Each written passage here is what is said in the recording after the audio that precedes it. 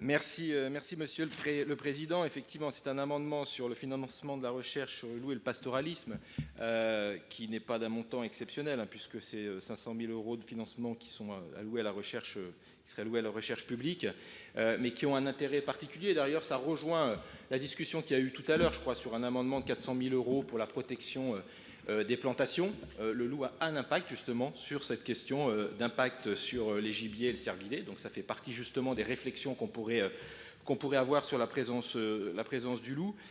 Pour répondre à Monsieur le ministre, en fait la question de la cohabitation ou de pas cohabitation, elle ne se pose pas.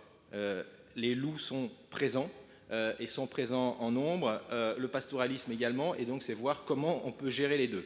Donc la question, enfin je veux dire, de dire qu'il n'y aurait pas de cohabitation, je ne vois pas où ça mènerait. Par contre, d'avoir des réflexions sur comment on soutient les éleveurs, comment on peut les aider justement à la fois sur les systèmes de protection, mais d'avancée et d'expérimentation. Et heureusement, beaucoup de territoires travaillent sur cette question.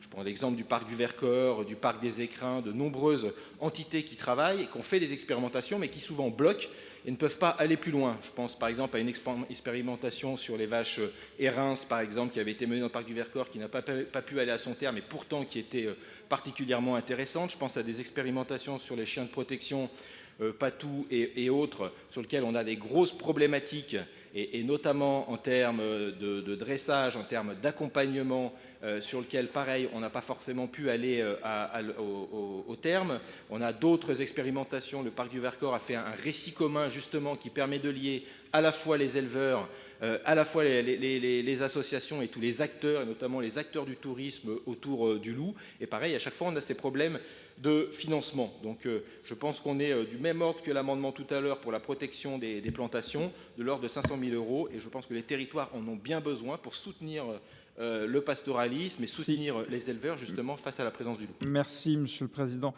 Quel est l'avis de la Commission, Monsieur le rapporteur? Alors, tout en partageant certains éléments exposés dans l'objet de l'amendement, comme la nécessité de mieux réfléchir à la cohabitation entre le loup et les activités humaines, nous considérons que la destination des crédits sollicités est relativement floue, et quand c'est flou, il y a un loup. Donc c'est défavorable. Merci. Monsieur le ministre, votre avis est défavorable? Même avis défavorable. Pardon, il y a un moment où la densité n'est pas supportable. Quand vous avez 25 attaques, vous pouvez toujours essayer de faire cohabiter, réfléchir à faire des symposiums et des réflexions. Il y a un moment où il va falloir qu'on fasse diminuer la pression de la prédation, et c'est la seule solution pour y arriver. Donc j'aurais bien aimé que vous le disiez, plutôt que de faire des symposiums, on a besoin d'agir. C'est bien ce qui est prévu dans le plan loup. Merci, Monsieur le ministre. Oui, Monsieur le Président Gontard, allez-y pour explication de vote. Non, je veux bien.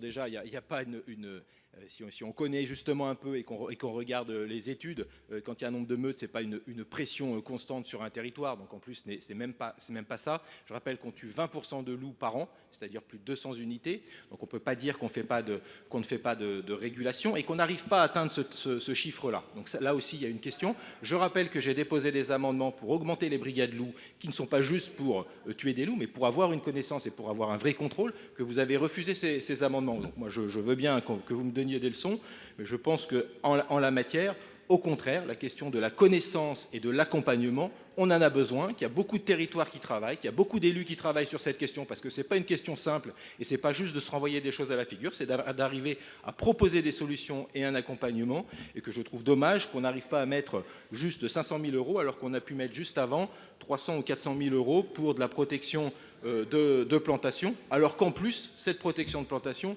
je pense que le loup peut en avoir une action. Voilà, c'est tout.